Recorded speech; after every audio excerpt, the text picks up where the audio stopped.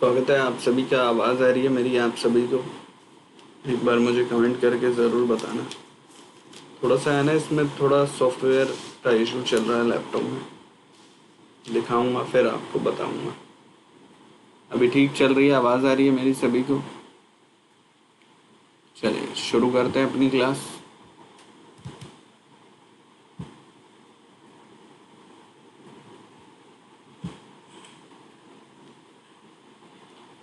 स्वागत है आप सभी का। आवाज़ आ रही है मेरी? स्वागत है आप सभी का। आवाज़ आ रही है मेरी? चलिए, जय हिंद आशीष। प्रणाम अमीषा। मनीष जय हिंद। लिंक आ गया? अभी नहीं आया लिंक, नहीं तो मैं भेज देता हूँ।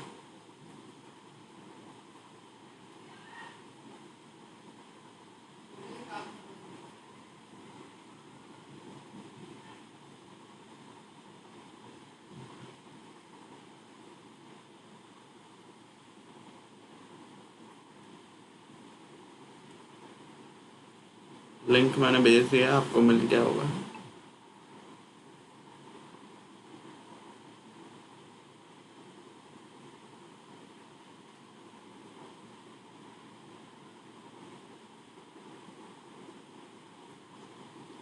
Good afternoon Armana. Good afternoon Sadhana, Vandana. Good afternoon. चलिए शुरू करते हैं अपनी क्लास। तो क्लास आप सभी को पता है, आज हम 2023 का PYQ करेंगे और मैंने सभी PYQ आप लोगों के लिए बना दिए हैं।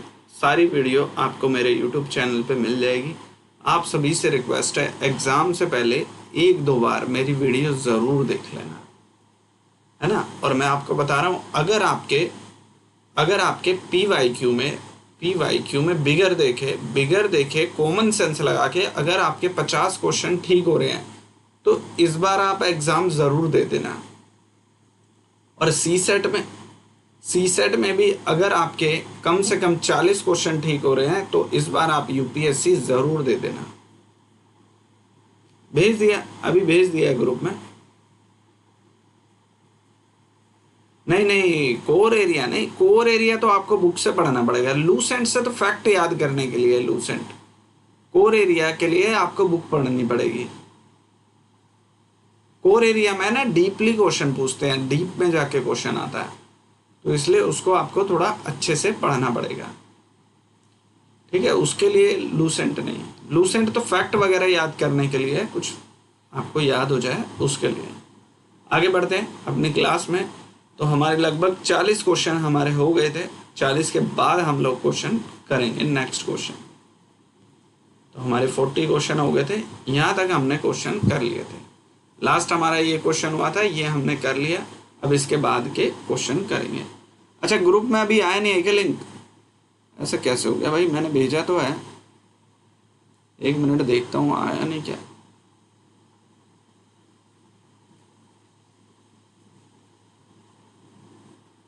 भेज दिया मैंने, भेज दिया ग्रुप में, भेज दिया।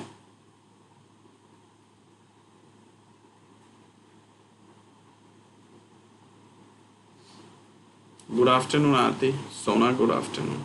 प्रणाम प्रियांशु। तो देखो प्रियांशु, मैंने आपकी तकलीफ को सुना और आपको जो माइग्रेन का इशू है ना, वो नींद की वजह से है। आपको नींद लेनी पड़ेगी पूरी। जब तक आपकी नींद पूरी नहीं होगी, जब तक आपको इशू बना रहेगा। Good afternoon Priyanka. तो आपके जीवन में नींद का होना बहुत जरूरी है। नींद लो भरपूर, ठीक है आरती, स्वागत है आपका। चलिए शुरू करते हैं। पहला क्वेश्चन है आप लोगों के सामने। फर्स्ट क्वेश्चन देखो, सीधा कोर एरिया से क्वेश्चन आता है। आप समझ रहे हो? सीधा कोर एरिया। अगर आप मेरे कोर एरिया को पढ़ लोगे, मैं आपको बता रहा हूं, लगभग GS में 40 क्वेश्चन आपके ठीक हो जाएंगे। कोर एरिया से 40-50 क्वेश्चन आप बड़े आराम से कर सकते हो। यही प्रॉब्लम है ना, आपको नींद पूरी नहीं होती ना। आप किसी भी डॉक्टर के पास जाओगे ना, तो हर आदमी आपको यही कहेगा कि आपको नींद पूरी नहीं हो रही है। जब तक आपकी नींद पूरी नहीं होगी तब तक आपको ये इशू बना रहेगा।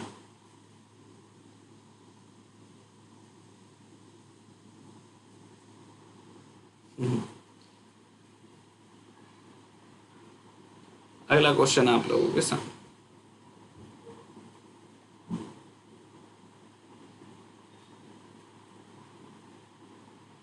अब देखो सेम सेम नाम दिखेंगे, जैसे ये है ना, इसको देखो आंध्र और गंधार, है ना, सेम सेम नाम है ना।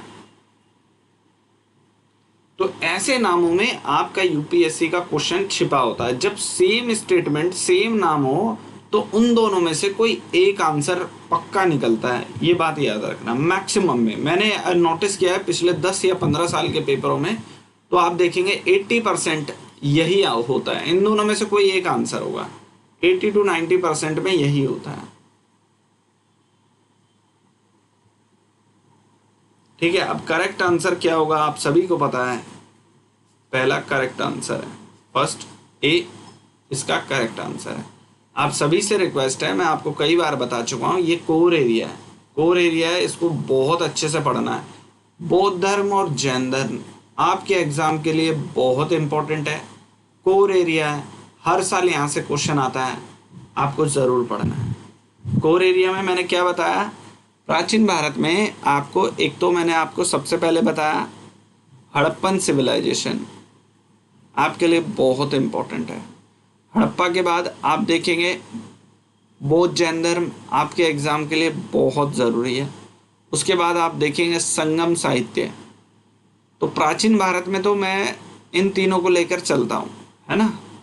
उसके बाद मैं आपको बताता हूँ आर्ट एंड कल्चर में। आर्ट एंड कल्चर में क्या होता है, गुप्त, गुप्तोत्तर, मौर्य, मौर्योत्तर, ये 4 काल का आर्ट एंड कल्चर बहुत अच्छे से देख लेना। और इसमें भी केवल 2 का स्पेशल मैं बोलता हूँ, जिसमें मंदिर वास्तुकला है ना, पूरी वास्तुकला मंदिर से जुड़े हुए जितने भी चीज़ें हैं वो बहुत अच्छे से देख लेना।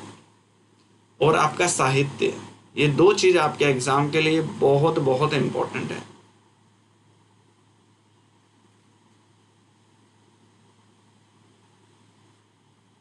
ये सब कर लोगे तो आपको बहुत आनंद आएगा और मज़ा आएगा आपको। चलिए आगे बढ़ते हैं। अगला क्वेश्चन आप लोगों के सामने 42 आप लोगों के सामने। देखो आ गया ना, दोबारा से क्वेश्चन वही आएंगे, बार बार वही आएंगे। यूपीएससी कहाँ से लाएगा। एक बात बताओ, इतिहास एक बार लिखा गया है ना, एक बार लिखा गया, यहाँ से कितने क्वेश्चन पूछेगा। इतिहास तो नहीं बदलेगा ना। बौद्ध जैन धर्म जो आज है वही आने वाले कई सालों में रहेगा, और पिछले भी कई सालों से बौद्ध जैन धर्म जो है वही रहेगा। तो आप वहाँ पर कोशिश करो जहाँ पर सबसे ज़्यादा नंबर आप खींच सकते हैं। करंट अफेयर समुंदर है, पढ़ते रहो, हर साल नया आता रहेगा। लेकिन ये वो एरिया है जहाँ पर आप बहुत अच्छे से नंबर खींच सकते हैं।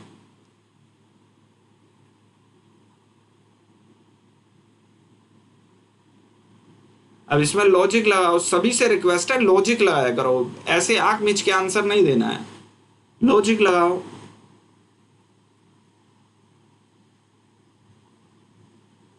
जल्दी बताइए क्या होगा। सब लोग आंसर दे रहे हैं। प्रियांशु ने बताया 1 2 यानी बी, ठीक है। ऐसे बताओ जैसे प्रियांशु ने बताया ना, ऐसे बताओ आप लोग भी। अनवी कह रही है फर्स्ट में कंफ्यूज है। अच्छा बी, सेकंड और थर्ड, ठीक है। नंबर बताओ ना कौन सा ठीक है।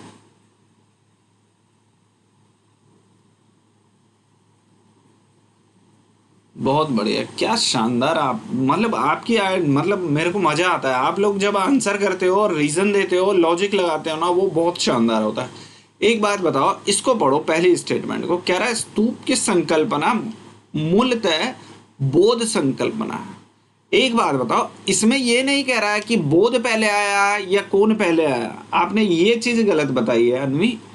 बौद्ध धर्म में पहले आया या इससे पहले क्या है, ये नहीं पूछ रहा है। ये कह रहा है बौद्ध धर्म की संकल्पना है ना। क्यों भाई, आप देखते हो, आपने ताजमहल देखा है ना, ताजमहल देखा है ना, वहां पर भी तो नीचे दबाए गए हैं ना कुछ ना कुछ। स्तूप क्या होते हैं, पहले तो ये आपको पता होना चाहिए, स्तूप क्या होते हैं। स्तूप सबको पता है या नहीं पता है? उसके नीचे अवशेषों को रखा जाता है और उसके ऊपर निर्माण किया जाता है, ऐसे इस तरीके से किया जाता है ना। तो केवल ये बौद्ध का नहीं है। हाँ होगी, मैं कब मना कर रहा हूँ, है ना। रीजन ये नहीं है। ताजमहल में भी तो यही है ना, नीचे कब्र है, उसके ऊपर बनाया गया है उसको, है ना। लेकिन वो स्तूप वाली संकल्पना नहीं है, लेकिन कॉन्सेप्ट वही वाला है ना। तो ऐसे बहुत सारे निर्माण कार्य हुए हैं जो उसी तरीके से हुए हैं। तो ये वाला तो गलत होगा, पहला गलत होगा, बाकी इसके दोनों सही होंगे। तो सेकंड इसका करेक्ट आंसर है। देखो यही कह रहा है, अवशेष रखे जाते थे वहां पर और उसके ऊपर निर्माण कार्य होता था। और ये भी बिल्कुल सही कह रहा है, स्मारक संरचना होती थी। चलिए आगे बढ़ते हैं।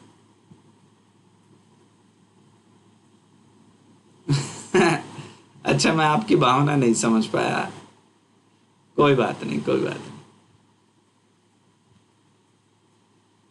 चलिए आगे बढ़ते हैं। अगला क्वेश्चन आप लोगों के सामने 43। देखो ये जो क्वेश्चन होते हैं ना, इनको आप बहुत अच्छे से कर सकते हैं। जो स्टेटमेंट वाले क्वेश्चन होते हैं ना, 1 2 3 वाले, इनको करना बहुत आसान होता है। देखो यहाँ पर सीधा डायरेक्ट आंसर मिल गया, ये तो नहीं होगा पक्का, क्योंकि ये क्या कर रहा है, आपको क्लोज कर रहा है, मतलब आपको बांध रहा है कि बोध तक सीमित रहना है आपको, है ना।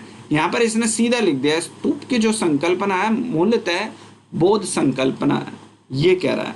तो यहाँ पर क्या हो गया, मतलब कि स्तूप जितने भी बनेंगे वो सारे बौद्ध के बनेंगे, बौद्ध धर्म से जुड़े होंगे, अन्य किसी धर्म से नहीं जुड़े होंगे। यही तो बात कहना चाह रहा है ना। तो ये पूरी तरह से गलत बात कह रहा है ना। तो बाकी के नीचे के दोनों बिल्कुल सही है। आगे बढ़ते हैं। अगला क्वेश्चन है आप लोगों के सामने। अब देखो मैंने आपको बताया था ना, क्या बताया था, किसी को याद है क्या? संगम साहित्य, याद रखना आपके एग्जाम के लिए बहुत बहुत इंपॉर्टेंट है।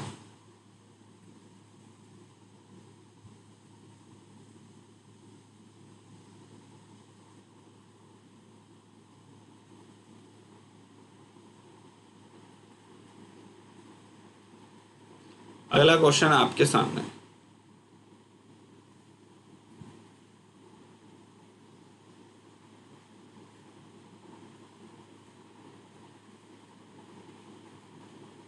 अच्छा आप गलत थे। अब देखो ये तो फ्री का नंबर है, फ्री का नंबर जिसको कहते हैं ना, वो फ्री का नंबर है। साउथ में क्या होगा आप बताइए, पोर्ट्स होंगे या नहीं होंगे? आप हाँ और ना में जवाब दो। तो इसका बी बिल्कुल करेक्ट आंसर है। इसमें देखो इसको कैसे समझेंगे मैं बताता हूं। इन दोनों में से कोई एक आंसर होगा, क्योंकि यहां कह रहा है, देखो ये केंद्र लिख दो, पतन केंद्र। आप ऐसे भी तो लिख सकते हो ना इसको, पतन केंद्र भी तो लिख सकते हो ना, ऐसा लिख सकते हो। जब ऐसा लिखा जाएगा तो ये दोनों सेम स्टेटमेंट हो जाएगी। अगर सेम होगी तो इन दोनों में से कोई एक आंसर होगा, तो पहला बिल्कुल करेक्ट आंसर होगा। आगे बढ़ते।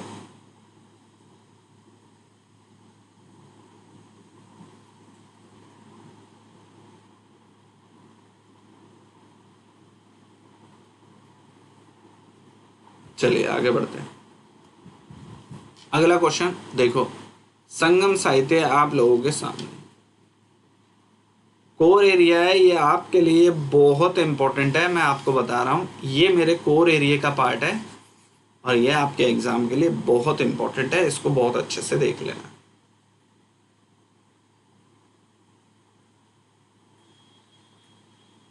आपको मैंने लिखवा दिया, सब लिखवा दिया आपको, तो अच्छे से आप देख लेना। अगला क्वेश्चन,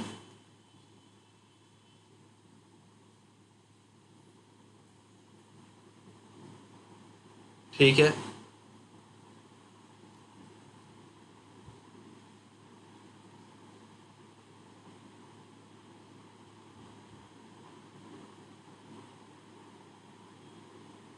नहीं, ये हिस्ट्री में आप पढ़ोगे ना, प्राचीन भारत का इतिहास, तो वहां पर आपको संगम लिटरेचर मिल जाएगा, संगम साहित्य। यह लिखा होगा दक्षिण भारत, दक्षिण भारत लिखा होगा, ये दो लिखा होगा।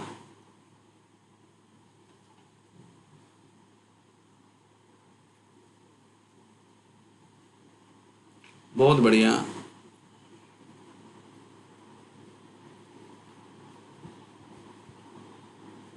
क्या बात है। अनवी, मनीष, प्रियांशु, साधना, सूर्य, साक्षी, आरती, अमीशा, सबने डी आंसर दिया। Priyanshu A D. बहुत बढ़िया यार, कितना अच्छा तो आप समझते हो। सोना, वंदना, ऐसे ही क्वेश्चन करना है यूपीएससी में भी, आप लोग ऐसे क्वेश्चन कर सकते हैं। ठीक है, ऐसे ही क्वेश्चन करना है आपको।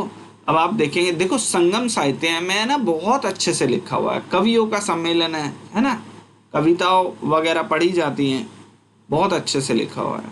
तो डी इसका बिल्कुल परफेक्ट आंसर है। बहुत ही शानदार तरीके से आपने अपने आंसर को पहचान लिया है, बहुत बढ़िया, बिल्कुल सही आंसर है।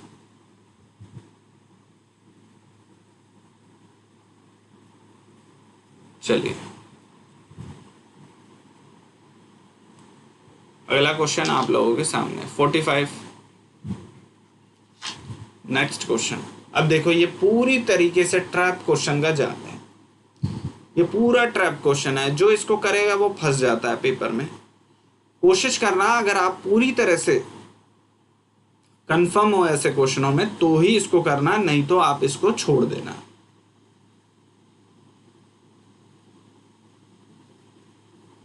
क्योंकि देखो ये सब क्वेश्चन है ना, कंफ्यूज कर देता है, पहले कौन है बाद में कौन है, ये सब चीजें थोड़ी कंफ्यूज करती हैं। फिर भी आपके पास ऑप्शन है, आप आंसर कर सकते हैं। लेकिन इसमें एक हिंट दी हुई है, आप देखेंगे तो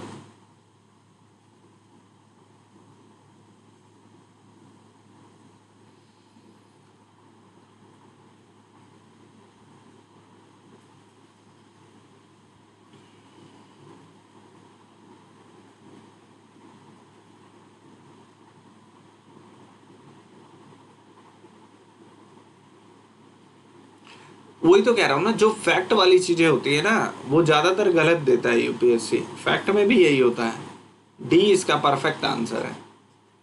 वैसे इसमें कुछ एक्सट्रीम अलग से नहीं लग रहा, कुछ अलग से ऐड किया हुआ किसी ने नहीं, तो ये अलग तरीके से दे रखा है वैसे।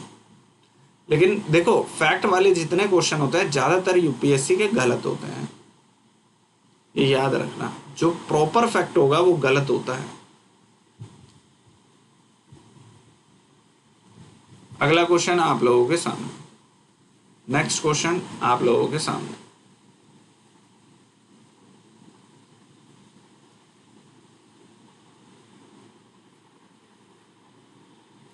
ये भी ट्रैप क्वेश्चन है। ऐसे क्वेश्चन अगर आपको मिलते हैं ट्रैप वाले क्वेश्चन, तो कोशिश करना आप यहां से निकलना। लेकिन ये वाला ट्रैप इसलिए नहीं है क्योंकि मैंने पहले ही आपको बता दिया है, साहित्य आपका कोर एरिया है ना। लेकिन ये जो नीचे दे रखा है ना, ये कोर एरिया नहीं है, ये ट्रैप है। कोर एरिया आपको पढ़ना पड़ेगा, ये कोर एरिया का पार्ट है। आप देख लो, मैंने अभी आपको बताया ना, कोर एरिया में क्या आएगा, आप सबको पता है, बिल्डिंग, बिल्डिंग निर्माण जो स्ट्रक्चर है, आर्किटेक्ट, उसके बाद साहित्य, लिटरेचर, ये दो टॉपिक आपके क्या है, कोर एरिया के पार्ट है। इसको बहुत अच्छे से पढ़ना। मिलिंद पन्ने, ये बहुत फेमस है, ये आप सभी को पता है किसने लिखा है, पता है या नहीं पता है?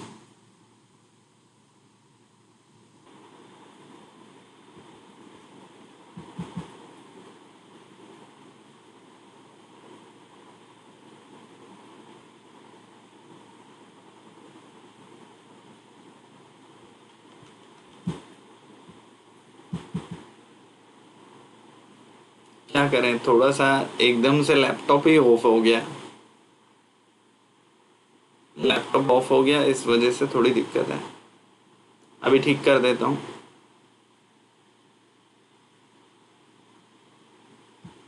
आवाज आ रही है ना मेरी सबको?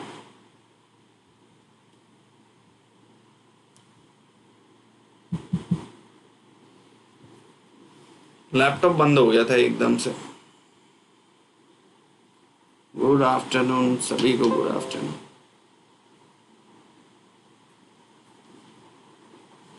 कह रहा था ना मैं आपसे, थोड़ा सा लैपटॉप में इश्यू चल रहा है, वो हो सकता है अपडेट हो रहा हो और एकदम से बंद हो गया।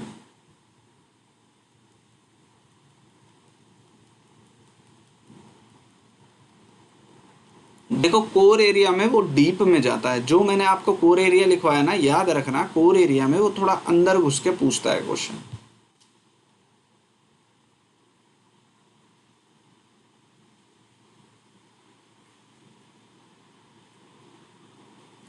तो थर्ड तो सही है इसमें, ठीक है, थर्ड तो सही है, थर्ड और फोर्थ बिल्कुल सही है। तो इन दोनों में से कोई एक आंसर होगा, ठीक है।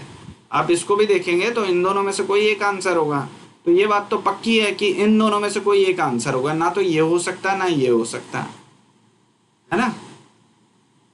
तो आप ऐसे भी इस क्वेश्चन को करोगे तो आपका यही आंसर आएगा, बी परफेक्ट आंसर है, ठीक है। बी सी इन दोनों में से कोई एक आंसर होगा। तो देखो ऐसा अगर क्वेश्चन है जहां पर आप बी और सी में कंफ्यूज है, 50-50 है, तो कोशिश करना उस क्वेश्चन को आप अटेम्प्ट करो। जब 3 में कंफ्यूजन हो या चारों में कंफ्यूजन हो, वही क्वेश्चन आपको स्किप करना होता है ना। तो पहला तो गलत है, ये भी आपको पता होगा अगर नहीं पढ़ा होगा, लेकिन आपसे बार बार एक ही बात बता रहा हूं मैं, साहित्य आपको अच्छे से पढ़ना है, ये जरूर देख लेना। आगे बढ़ते हैं, अगला क्वेश्चन आप लोगों के सामने।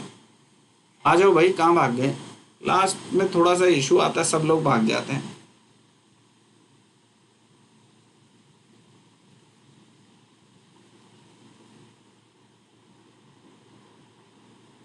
देख लेना, देखो ये फैक्ट वाले क्वेश्चन है ना, इसमें हम क्या करें। आप फैक्ट वाले क्वेश्चनों में कुछ नहीं कर सकते हैं। फैक्ट आप चेक कर लेना, सेकंड तो गलत होगा। अच्छा सेकंड सही है क्या? किंग त्यागी सेकंड सही है क्या?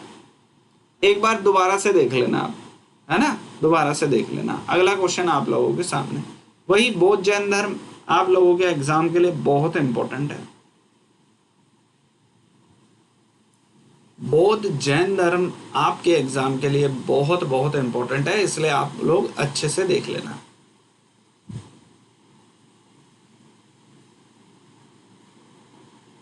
अब देखो जैन धर्म ही बताता है कि पर्वत में सब जगह जीवन है। जैन धर्म एक ऐसा धर्म है जो कहता है सब जगह जीवन है।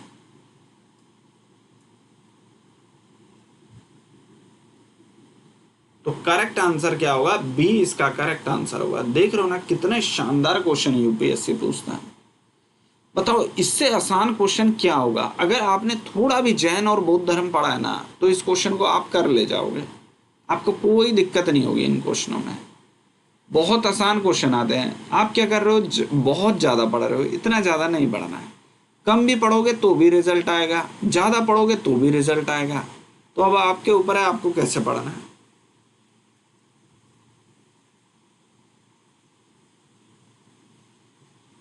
हाँ कोर एरिया पे आएंगे, इसलिए आप निश्चिंत रहो, आपको कोई टेंशन नहीं है। अगला क्वेश्चन आप लोगों के सामने,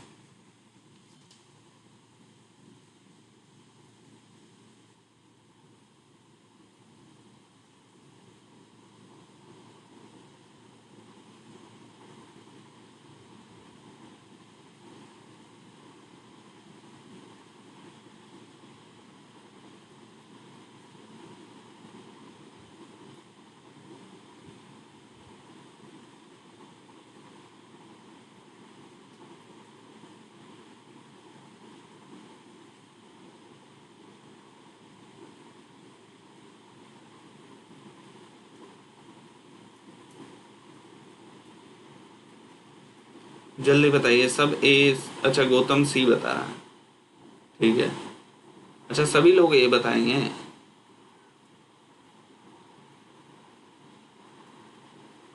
अच्छा सोना कह रही है सबका ए, तो मेरा भी है। बहुत बढ़िया, बहुत शानदार, बिल्कुल सही बात कही है।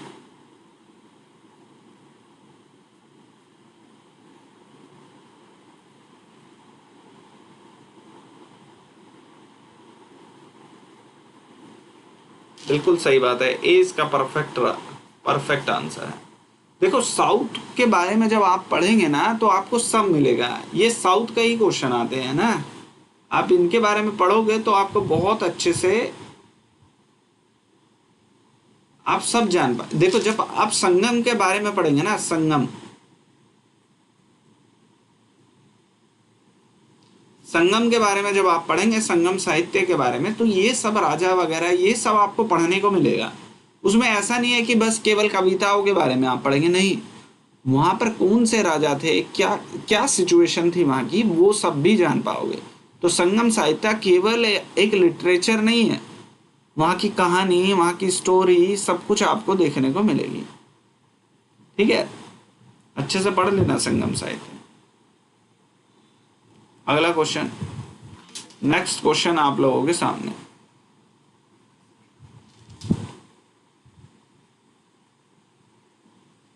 अगला क्वेश्चन आप लोगों के सामने,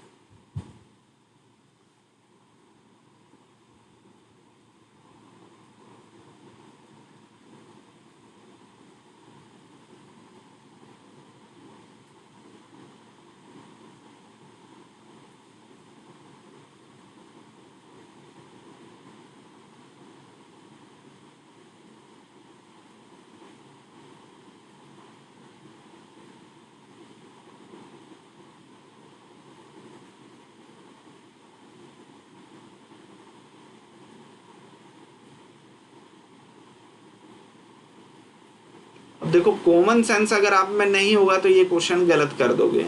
कॉमन सेंस होना बहुत जरूरी है, नहीं होगा तो गलत करोगे। उम्मीद करता हूं आप लोग लगाएंगे। टाइम, बिल्कुल सही बात है, आपको टाइम पता होना चाहिए कि भाई कब आए थे पुर्तगाली। आपको टाइम अगर पता होगा तो आप इस आंसर को कर दोगे बढ़िया एकदम से।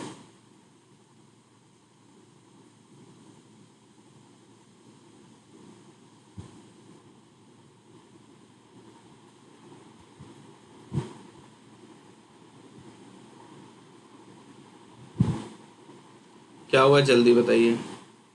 टाइम अगर आपको पता हुआ, ये क्वेश्चन टाइम पे अटका हुआ है। पुर्तगाली सबसे पहले आए थे, आप सभी को पता है ना, सबसे पहले कौन आया था भारत में, और सबसे लास्ट में कौन गया था, ये भी आपको पता होगा। सबसे पहले भारत में कौन आया और सबसे लास्ट में भारत से कौन गया, ये आपको याद रहना चाहिए।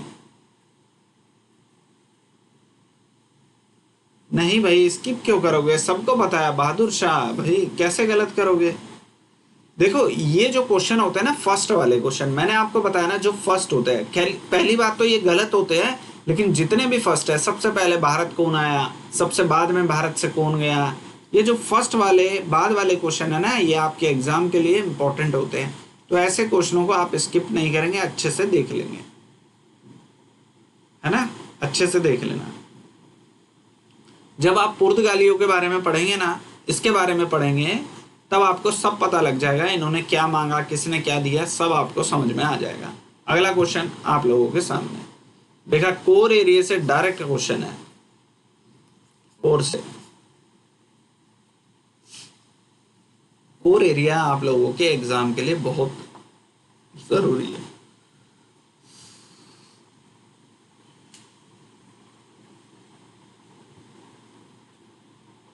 मतलब कितना आसान क्वेश्चन है, इससे आसान क्वेश्चन क्या आएगा यूपीएससी में। आधुनिक भारत में इससे आसान क्वेश्चन नहीं आ सकता।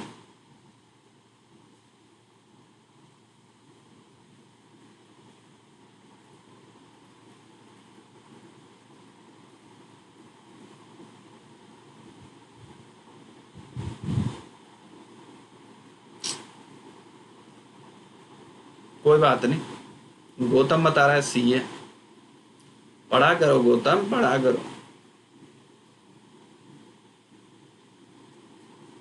मैंने आपको अभी क्या समझाया, जो फर्स्ट टाइम होता है वो आपके एग्जाम के लिए जरूरी होता है। तो फर्स्ट टाइम बनाया गया था भारत के गवर्नर जनरल को, है ना, गवर्नर जनरल को भारत का गवर्नर जनरल बनाया गया था। फर्स्ट टाइम बनाया गया था ना, फर्स्ट टाइम बनाया गया था या नहीं बनाया गया था, फर्स्ट टाइम बना था ये। तो ये आपके एग्जाम के लिए इंपॉर्टेंट था, और इसका करेक्ट आंसर क्या था, 1833। इसके बाद क्या होगा, हर 20 साल के लिए बना दिया जाएगा। अब 33 के बाद क्या आएगा, 53 में बैठक होगी ना, एक मिनट, 33 के बाद 34, 53 के बाद 20 साल बाद फिर होगी 73, 73 के बाद कब होगी? 93। तो ये चार्टर्ड एक्ट जो होगा हर 20-20 साल बाद इसको बढ़ाया जाएगा। मतलब क्या करेगी, जो वहाँ की सरकार थी भाई, ब्रिटेन की जो सरकार थी वो क्या कर रही थी, 20 साल का कॉन्ट्रैक्ट दे रही थी ईस्ट इंडिया कंपनी को, 20-20 साल का। अच्छा 49 का सी बोला था क्या? अच्छा फिर ठीक है, कोई बात नहीं, मुझे लगा इसका भेजा है।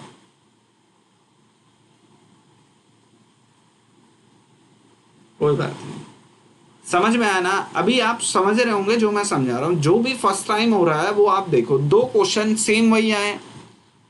ये भारत में फर्स्ट टाइम आया, क्वेश्चन यहां से बना या नहीं बना? क्वेश्चन बन गया। ये पहली बार गवर्नर जनरल बना भारत का, तो ये क्वेश्चन बन गया। देख रहे हो ना, यूपीएससी को सीखो, वो क्या सिखा रहा है आपको। पैटर्न जब तक आप नहीं समझोगे, क्वेश्चन आते जाएंगे जाते रहेंगे, आप एग्जाम में बैठते रहना, है ना। फर्स्ट टाइम जो चीजें हो रही हैं वो आपसे पूछ रहा है, और ये फैक्ट नहीं है, ये नॉर्मली याद हो जाते हैं, इसको फैक्ट नहीं कहते।